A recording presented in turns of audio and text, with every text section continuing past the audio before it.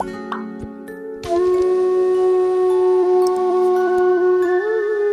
श्री गुरु सत्ताय नमः। सभी को प्रणाम। पिछले वीडियो में आपने सुना कि सुमेरु पर्वत के क्षेत्र में आचार्य श्री की मुलाकात उनके पूर्व जन्म के शिष्य निखिल से हुई। उसके पूछने पर आचार्य श्री ने उसे समाज में जाकर सेवा करने का निर्देश दिया। वहां से चलते चलते आचार्य श्री पांडुक्या नामक क्षेत्र में पहुंचे, जहां उनकी मुलाकात महावीर योगी से हुई। आइए इसी क्रम को अब आगे बढ़ाते हैं। अपनी साधना के बारे में महावीर योगी ने बताया कि उनके गुरु इसी क्षेत्र में रहते हैं। उनसे भेंट भी यहीं हुई थी। पांडुक्या के पास एक सिद्ध गुफा है। साधना की धुन मन में बसाए हुए वे आए ही थे कि यहाँ गुफा के पास गुरु के दर्शन हुए। उनके गुरु का नाम कृष्णानंद था। उन्होंने महावीर योगी के बचपन का स्मरण कराया। कहा, जब तुम हाई स्कूल के छात्र थे तब मैंने तुम्हें देखा था। मैंने तुम्हें पहचान भी लिया था। तुम पिछले जन्मों में मेरे पुत्र थे। इस जन्म में मैंने गृहस्थ बसाया ही नहीं, इसलिए तुम्हें संतान रूप में नहीं पा सका। लेकिन शिष्य भी संतान की तरह होता है। मैंने तुम्हें चुन लिया है। उसके बाद गुरुदेव ने मुझे इसी क्षेत्र में रहने का आदेश दिया। तब से अब तक इसी क्षेत्र में निवास कर रहा हूँ। महावीर योगी ने बताया कि गुरु के स्नेह भरे शब्दों ने उनका हृदय विगलित कर दिया था। लगा कि मन पर से एक बोझ उतर गया है। गुरु को पिता के रूप में देखकर जैसे चारों ओर से आश्वस्त हो गए। लेकिन उस घटना को 40 वर्ष हो गए। बाद में गुरुदेव से एक बार भी मुलाकात नहीं हुई। यद्यपि उनसे नहीं मिल पाने की स्थिति कभी अखरी नहीं। उनका मार्गदर्शन सदा मिलता रहा, प्रति क्षण। आचार्य श्री ने भी अपनी मार्गदर्शक सत्ता के बारे में किंचित चर्चा की। उन्होंने भी कहा कि प्रत्यक्ष रूप में गुरुदेव के सानिध्य में 2 दिन से ज्यादा रहना नहीं हुआ, लेकिन उनका सूक्ष्म सानिध्य हमेशा मिलता रहा है। इस चर्चा के बाद महावीर योगी ने तपोवन तक के रास्ते के बारे में काफी कुछ बताया। आचार्य श्री अपने निर्दिष्ट पथ पर चल दिए। रास्ते में एक योगी मिले। उन्होंने आचार्य श्री को बताया कि वे आचार्य श्री के गुरु भाई हैं। उन योगी को आचार्य श्री ने वीरभद्र नाम दिया। नाम इसलिए देना पड़ा कि वह अपना कोई परिचय नहीं दे रहे थे। पूछने पर यही कहते थे कि गुरुदेव ने यहाँ भेजा है अपने साथ लिवा लाने के लिए। इस बार वे नंदनवन में नहीं हैं। पिछली बार मार्गदर्शक सत्ता के जिस प्रतिनिधि ने मार्गदर्शन दिया था उसका नाम वीरभद्र ही था। पिछली यात्रा में जिस वीरभद्र का सानिध्य मिला था वह मौन ही रहे थे। अभी आए गुरु भाई को भी आचार्य श्री ने वीरभद्र के नाम से ही पुकारा। उन्हीं से पता चला कि गुरुदेव कैलाश मानसरोवर के मार्ग में मिलेंगे। उनसे बातचीत करते हुए आचार्य श्री को लग रहा था कि रास्ते में गुरु भाई से हिमालय के बारे में कई नई जानकारियां मिल सकती हैं।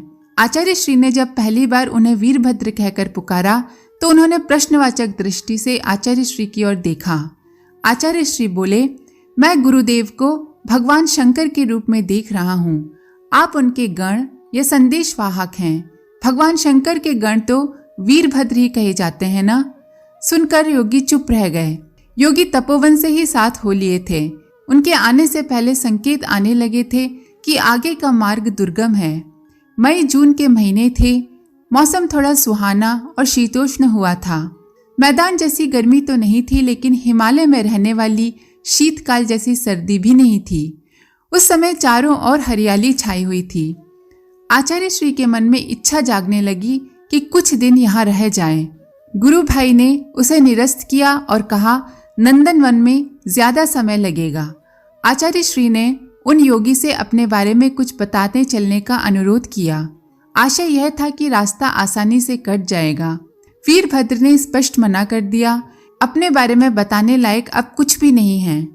आचार्य श्री ने कहा, अपने बारे में भले ही ना बताएं, गुरुदेव के सानिध्य में हुए लाभ और अनुभूतियों के बारे में ही बताते चलें। मुझे तो उनका प्रत्यक्ष सानिध्य 2-3 दिन के लिए ही मिला है। आप बड़ भागी हैं। आपको उनका सानिध्य प्रायः मिलता रहता है। उन योगी ने आचार्य श्री की बात का खंडन किया। हिमालय के सिद्ध क्षेत्र में रहने से साधना में थोड़ी अनुकूलता रहती है। संसार क्षेत्र जैसे व्यवधान इधर नहीं आते। यहाँ के सिद्ध वातावरण का लाभ भी मिलता है, लेकिन प्रत्यक्ष सानिध्य जैसे मोह से बचना पड़ता है। योगी का आशय था कि गुरुदेव का सानिध्य उन्हें भी यहाँ बहुत सुलभ नहीं रहा है। आचार्य श्री ने कहा, गुरुदेव का संदेश वाहक बनकर आप बहुत सौभाग्यशाली सिद्ध हुए हैं। योगी बोले, इस तरह तो श्री राम तुम मेरी और मुझ जैसे हजारों शिष्यों की तुलना में लाख गुना ज्यादा सौभाग्यशाली हो, क्योंकि तुम्हें तो गुरुदेव ने लाखों करोड़ों लोगों के लिए अपना संदेश वाहक चुना है। आचार्य श्री के पास वीरभद्र के इस उत्तर का कोई प्रत्युत्तर नहीं था। योगी के साथ चलते हुए शाम ढलने लगी। तपोवन की सीमा जहाँ समाप्त होती थी वहीं गौरी सरोवर था। मान्यता है कि पार्वती यहाँ सरोवर रूप में विराजती हैं। पर्वत को शिव का रूप मानते हैं। गंगा ग्लेशियर के सहारे सहारे आगे बढ़े। कुछ मील चलने पर एक झील दिखाई दी। उस झील के किनारे दो सन्यासी ध्यान लगा के बैठे थे। वस्त्र के नाम पर उन्होंने विचित्र तरह का कौपीन पहना हुआ था। वह कौपीन पत्तों और वृक्ष की छालों से बना था। चौखंबा शिखर के पास से गुजरते हुए दूर कुछ झोपड़ियां दिखाई दी। समतल मैदान वहां नहीं था। झोपड़ियां बनाने के लिए समतल मैदान का उपयोग किया गया था। किसी समय यहाँ एक बड़ा गांव था, सैकड़ों साल पहले। तब यहाँ सिद्ध साधक रहते थे, अब उनके वंशज रहते हैं। साथ चल रहे योगी ने बताया कि इस गांव में होते हुए चलना चाहिए। उस गांव का नाम था कलाप। ये नाम क्यों पड़ा? आचार्य श्री के मन में प्रश्न तो उठा, लेकिन उसमें ज्यादा उलझे नहीं। योगी ने कह दिया था कि गांव हजारों वर्ष पुराना है। महाभारत के समय भी यहाँ सिद्ध पुरुषों का वास था। धृतराष्ट्र ने इसी क्षेत्र में आकर उग्र तप किया था और परम धाम गए थे। भागवत में यहाँ सिद्धों, ऋषियों और तापस महात्माओं के सत्र लगने का उल्लेख आता है। योगी के साथ आचार्य श्री ने कलाब गांव में प्रवेश किया। वे सीमा पर ही थे कि तीव्र प्रकाश की अनुभूति हुई। दिन का समय था, सूर्य का प्रकाश होना स्वाभाविक ही था, लेकिन दिखाई दे रहा प्रकाश आभायुक्त था, जैसे किसी स्वर्ण नगरी में पहुंच गए हों। गांव में प्रवेश करते ही वलकल पहने योगी, कौपीन धारण किए बटुक और घुटे हुए सिर के सन्यासी दिखाई दिए। ये सभी लोग स्वस्थ थे। प्रत्येक की आयु में बाल, युवा और वृद्ध जैसा अंतर था, लेकिन शरीर सभी के सक्रिय और सक्षम थे। गांव में गुलाब की भीनी भीनी सुगंध व्याप्त थी। लगता था जैसे किसी उद्यान में आ गए हों। जहां तहां सुगंधित फूलों के पौधे लगे थे, झाड़ियां भी थी और क्यारियां भी। उपवन नुमा इस बस्ती में कहीं कहीं हवन कुंड बने थे। कुछ सन्यासियों को एक जगह बैठा देखकर योगी और आचार्य श्री रुके। सबसे बुजुर्ग दिखाई दे रहे उन सन्यासियों में से एक ने हाथ उठाकर आचार्य श्री को आशीर्वाद दिया। उन सन्यासी का नाम सत्यानंद था। अपने बारे में वे बताने लगे कि पिछले 60 वर्षों से यहाँ निवास कर रहा हूँ। महायोगी त्र्यंबक बाबा ने मुझे यहाँ दीक्षा दी थी और साधना मार्ग की शेष यात्रा यहीं पूरी करने के लिए कहा था। तब से कलाप गांव छोड़कर कहीं और जाना नहीं हुआ। अपनी बात बीच में रोककर सत्यानंद आचार्य श्री से पूछने लगे, तुमने भागवत शास्त्र में कलाप ग्राम का उल्लेख पढ़ा है ना? आचार्य श्री ने सिर हिलाकर हाँ कहा। सत्यानंद फिर कहने लगे, उसके दशम स्कंध में नारद आदि ऋषियों के यहाँ आने और सृष्टि के बारे में विचार करने का उल्लेख आता है। पृथ्वी पर जब भी कोई संकट आता है या बड़े परिवर्तन आते हैं तो सिद्ध संत यहाँ मिल बैठते और सूक्ष्म जगत में संतुलन लाने के लिए विचार करते हैं। सत्यानंद बोले, ये अकेला स्थान नहीं है। अवलोकित क्षेत्र, सिद्धाश्रम, ज्ञानगंज, कैलाश और संबोधि भूमि इसी तरह के केंद्र हैं। अपने गुरु त्र्यंबक बाबा के बारे में सत्यानंद ने बताया कि उनके कई नाम हैं। महामुनि बाबा, महायोगी, शिव बाबा। प्रसिद्ध योगी श्यामाचरण लाहिड़ी ने उनके लिए महाअवतार बाबा का श्रद्धा पद चुना और अब वे इसी नाम से जाने जाते हैं। सत्यानंद को अपने गुरु के संबंध में अलग ही तरह का अनुभव हुआ था।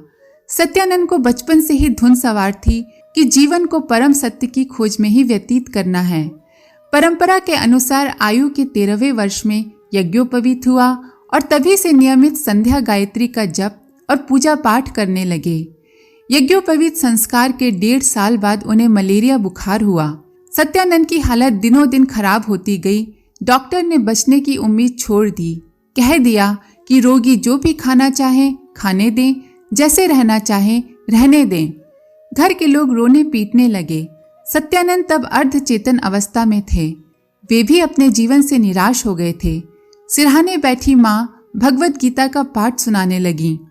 उस अवस्था में ही सत्यानंद ने अनुभव किया कि एक कन्या सिरहाने बैठी है और कह रही है कि आप चिंता न करें, आपका मृत्यु योग टल गया है।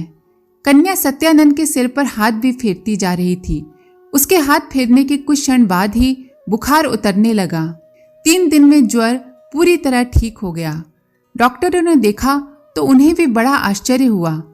सत्यानंद को बाद में बोध हुआ कि रुग्ण अवस्था में उन्हें दर्शन देने और ढाढ़स बंधाने वाली शक्ति कोई और नहीं, स्वयं वेद माता गायत्री ही थी। इस घटना के बाद सत्यानंद ने आगे पढ़ना छोड़ दिया।